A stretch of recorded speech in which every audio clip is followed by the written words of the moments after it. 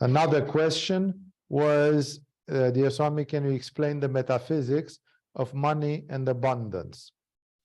In the workshop about the power of manifestation, which along the last 10 years has had approximately 5 different names, because many people in Agama don't have a good resonance with this, and it's slippery. It's a slippery subject. It's one of the most pragmatical, powerful, and efficient workshops that Agama has.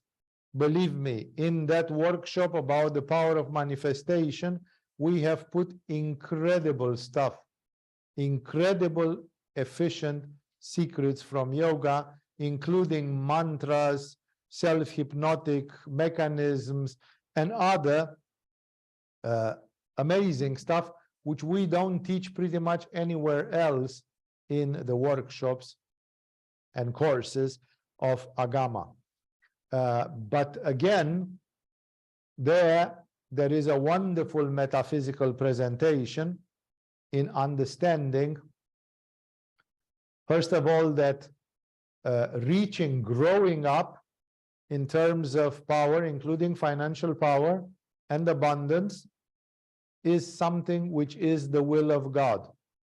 Exactly as God created the human beings in the Bible, and when Adam and Eve were released in the world, they were told, grow up and multiply. It's a divine commandment. And until God doesn't come and say, you have multiplied enough, you cannot stop it. As much as the Economic Forum of Klaus Schwab and other demonic institutions, they try to suggest that we should kill billions of people because we are too many. That's not the way life has been created by the divine consciousness. Like some people say, but if the earth is a classroom, this classroom is full. Yes, God is efficient. God has created a planet with life, and now he is sending as many spirits as he can to incarnate on this planet, filling it up to capacity, because it's not made for some luxurious people who say, I don't have space, I need more space. That's the ego of some high maintenance people. God wants to use the school to capacity. And if there are 40 seats in every classroom, then God wants 40 students in every classroom. He wants the classrooms filled to capacity because he's interested that the spirits should have a place to incarnate and a place to evolve, to develop their evolution. It's not for the pleasure of the human beings. It's for the necessities of the universal consciousness. In that way, growing, multiplying, reaching, being everything that you can be, becoming the best that you can become, these are divine laws, and they apply in terms of possessions, financial power, influence, abundance, and acumen and power of influence as well. In the book of Wallace Wattles, if I remember correctly, I have some wonderful quotes, which I don't have now. I didn't expect this question. I could bring them as a sequel to this evening, perhaps next week, telling to people what to focus on, like to give them the actual quotes outside of that workshop. I would prefer that all of you, even by accumulating points or whatever you do, you should see that workshop once, because there are amazing secrets. For example, Maharishi Mahesh Yogi, who passed away 15 years ago, has revealed from his guru, Swami Brahmananda Saraswati, has revealed the so-called personal mantras for developing one's charisma, abundance, and success, even in your personality, which some yogis have considered a mistake or a danger, because if this could increase your ego, then it goes, if you swell up and grow up, it could be against your spiritual development, which requires that you should be humble and you should destroy your ego and all the rest. Now, where would you discover nowadays which is how to determine which is your personal mantra, to make it a part of a process together with self-hypnosis and other things, working on the chakras, which are the colors of the aura, which are the sounds, which are the other factors which can increase your magnetism. Anything on the screen? I just see two hands almost touching each other. Good. So I was told there was a small glitch, a small interruption in the internet here. Back to our story. This story about financial abundance growing is very important, actually. Exception made if you are like Ramakrishna, but I want to remind you that Ramakrishna had mysteriously the protection of some very rich protectors, low caste rich Hindus, who simply kept him without lacking anything in terms of money. Ramakrishna was playing shenanigans, like he was not touching money because it was burning his hand. But on the other hand, Ramakrishna had house, food, clothes, expenses, and whatever else he wanted when he wanted to do a pilgrimage and other things. It was all insured totally by rich donors. Paramahamsa Yogananda had a disciple who was a multi-millionaire and who sponsored for Paramahamsa Yogananda to get an automobile in the 1930s and to go through Germany and visit Therese Neumann and do all sorts of shit like this, you know, at a time when those prices and tickets and possibilities were available to the people who were a bit wealthy. And Yogananda was spoiled by rich donors and rich benefactors. Swami Shivananda received multiple donations and all that, and he built universities, printing presses, and a woman like Amma or others, and Aurobindo and Mira Alfasa and others, they received lots of donations and they handled lots of money. From the Christian Padre Pio to others, even Maharishi Mahesh Yogi, whom I mentioned, you know, they were living in very comfortable circumstances and they were not afraid of growing up in these terms. And thus I'm telling, the law of the universe is, why can't you shine? Why shouldn't you shine? No, because it's like Marianne Williamson saying, who am I to shine and to be? But then the question is, who are you not to be? Extraordinary and shining and all that. And therefore, it appears, Wallace Wattles explains it very well. I wish I had his words with me to show you. He does it in a para-Christian way, this typical American way from 70 years ago or something, to see the way in which even in a religion of modesty and love and even other virtues of the poor people and so on, nevertheless, he manages to find the answer that the law is to grow, to have financial abundance and all the others. In the end, it's a matter of a certain energy.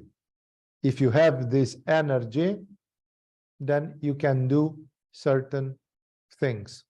Some of them are illegitimate things, but it doesn't mean that they are not spiritual. No, it depends.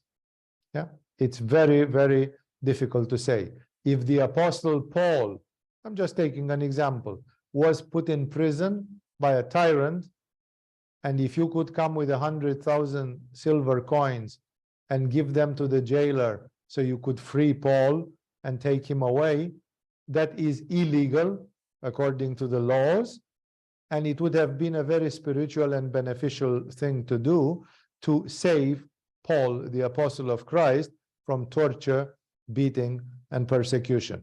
He was a troublemaker anyway, and a week later he will be in another city where again he would be put in prison and so on for boldly speaking about Jesus and all that. And that's why I want to tell you that having the financial power allows you to do certain things.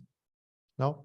And therefore, no, let's say, I don't know, let me give you an example of mine. I can see many of the old students here. Let's say one of you is inviting me to teach every week a yoga course, I don't know, let's say in Europe, or at least twice per month.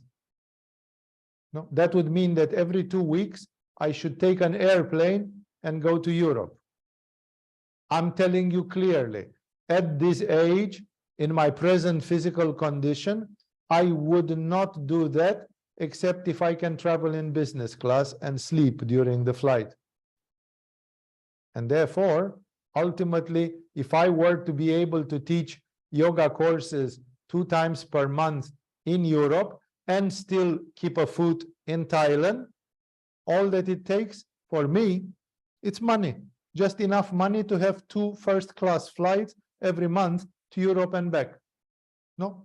Any one of you has enough money in your pocket and you can offer me that facility, I'm free to travel. Because with first class, it's not as tiresome, not as damaging for my body as it would be in the economy class. No, with the economy class, I can do it once a year. And then I need 3 days to recover from the effort. I know that some of you are 25 years old or 30 and you don't understand what I say. Just wait until you will be 60 and then you will tell me if you understand, if you understood what I was saying. And that's why I'm saying, you know, what would be an amount of money?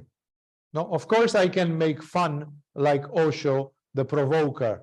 No, I can make fun and buy Rolls Royces. But if I don't buy Rolls Royces, I could have 2 first-class tickets per month between Europe and Thailand. And it could be for a good purpose, for a spiritual purpose, to go there physically, to sit, to stand in front of some people and change their lives in a spiritual way.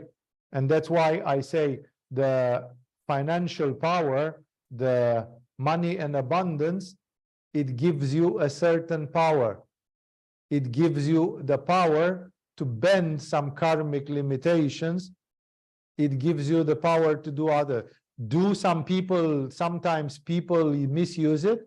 Yes, because there is a rich guy who is a pedophile and he goes on an island where they deliver to him a 12-year-old girl or a 12-year-old boy that he can fuck with impunity, like it has happened with that Epstein case and others. Of course, there are ways of using your money, your financial power in wrong ways, and many people of Kali Yuga do it.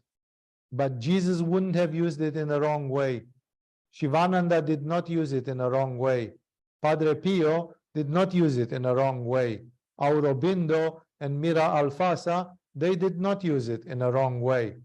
No? So the question is, money and abundance is just a power. It's an energy. Those of you who understand the colors of the aura, you remember that the color of the financial money, of the financial streams of energy, is somewhere related to Manipura chakra. This shows automatically that it's something about personal power. It is also somewhat related to some things in Muladhara chakra, which means also it is related with security and comfort and whatever. It is also related with some elements coming from Svadhisthana chakra, and therefore it is also related with sex. No, like it is known that people that have a lot of money, they can have great facilities in terms of security, comfort, and the others, in terms of sex, in terms of personal power, and other such things. I remember when I was young, I visited, together with 2 of my spiritual friends, a lady in the south of Spain who was living in this Malagas area where all the rich Germans, English, and so on, they used to live. in the south of Spain, tax-free 25, 30 years ago. Now that facility has been taken away by the Spanish government, but rich people were living tax-free to save their tax money it was a sort of a tax haven. And there were lots of super rich people from England, Germany, Scandinavia, who were living in the south of Spain in a very pleasant climate and all that.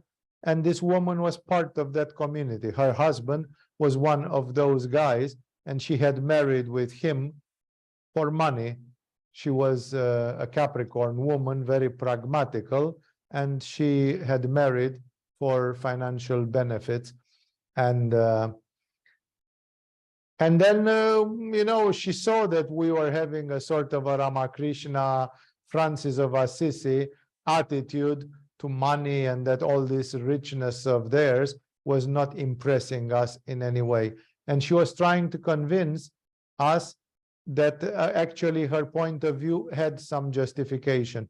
And at some point, she gave us one argument, which I remember until today. She said, you know what? In the end, you know, you can say that money is so that you don't have to kiss ass. Because it's true. A lot of people who don't have money, they have to kiss ass. Do you think that people who have a lot of money, if they did not have vaccines and green cards, they could not circulate during the pandemic, this pandemic, fake pandemic, whatever it was, this COVID thing? Do you think that anybody asked Warren Buffett for his vaccination card? You know, are you kidding me? No. The laws were made for the people up till a certain financial status, and those people, they had to kiss ass. No, you kiss ass, that's the problem. You have to obey. But some people, in China, there is so much of a lockdown that even now they have scandal about it, and people have gone into the street like enough is enough, you know. The Chinese government has made this lockdown thing with COVID ridiculous. Like right now in Europe, nobody talks about it except marginally, and everybody is like, okay, it was really shitty, let's not talk about it, although it's not correct. They should get back to the governments and punish them severely for the abuse which they did. But people are stupid sheep and have not too much manipura, and they don't do it.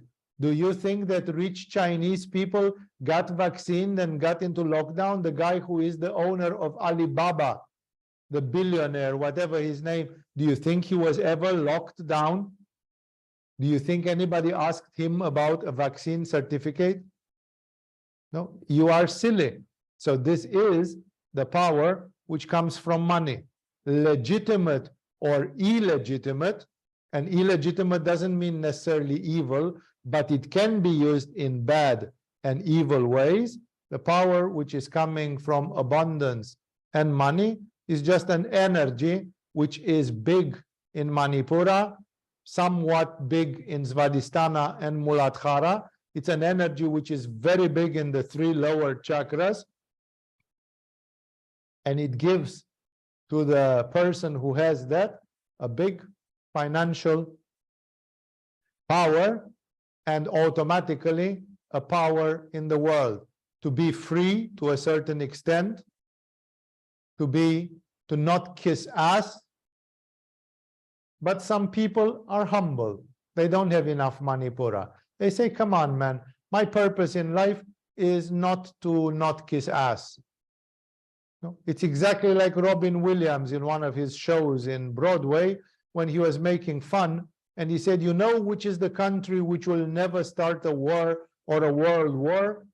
He said, it's Jamaica, man, because everybody is sitting and smoking joints in Jamaica, and they're going like, yeah, man, everything is fine, and so on. You know, like when people have too much marijuana, they lose their manipura, and they don't want to do anything, and to such people, if you tell them to have money, they say, yeah, well, it's not my purpose in life. So that's the problem. The problem is, do people want to grow up? Do people want to be visible, meaningful, powerful, influential, and everything that they can be, or not? Or not? No, this is the question. So money is just an energy. Abundance and financial power is just an energy focused on Manipura, Svadhisthana, and Muladhara. In the order of intensity, I would even tell you Manipura, Muladhara, and Svadhisthana, if you want to have, like, which is number one, which is number two, which is number three. And because of that, no, this is giving to the human being a certain power. No? And this power can be used wisely or not, or in whichever ways. So if you want to have it, get it. In yoga, we can teach you the mantras and the other things which are taking you there, the mechanisms which take you there. Of course, the perseverance and the practice is necessary. The fact that you learn a mantra from Maharishi Mahesh Yogi doesn't make you popular if you don't practice with it for a couple of years.